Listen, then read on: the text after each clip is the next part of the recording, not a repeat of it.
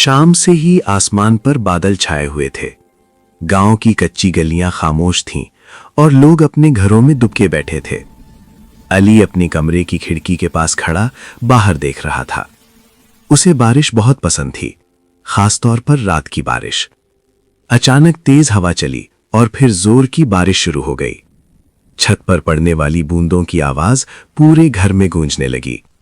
अली ने लाइट बंद की और अंधेरे में बैठकर बारिश की आवाज सुनने लगा। उसे यूं लग रहा था जैसे बारिश कोई पुरानी कहानी सुना रही हो। थोड़ी देर बाद बिजली चली गई।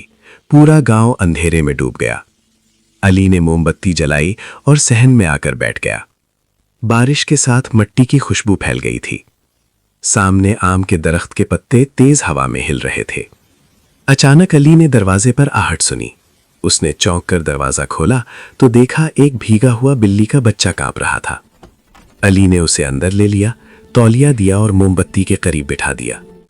बिल्ली का बच्चा खामोशी से बैठा रहा। बारिश आहिस्ता आहिस्ता हल्की होने लगी। कहीं दूर मेंढकों की आवाजें आने लगी। अली ने खिड़की से बाहर देखा तो गली में पानी बह रहा था और चांद बादलों के पीछे से झांक रहा था। रात काफी गुजर चुकी थी। अली ने बिल्ली के बच्चे को एक पुराने डब्बे में कपड़ा बिछाकर सुला दिया और खुद भी चारपाई पर लेट गया। बाहर अब सिर्फ हल्की बूंदें गिर रही थीं और हवा में ठंडक थी। बारिश की वो रात खामोशी के साथ गुजर गई, मगर अली के जहन में उसकी आवाजें देर तक गूंजती रहीं।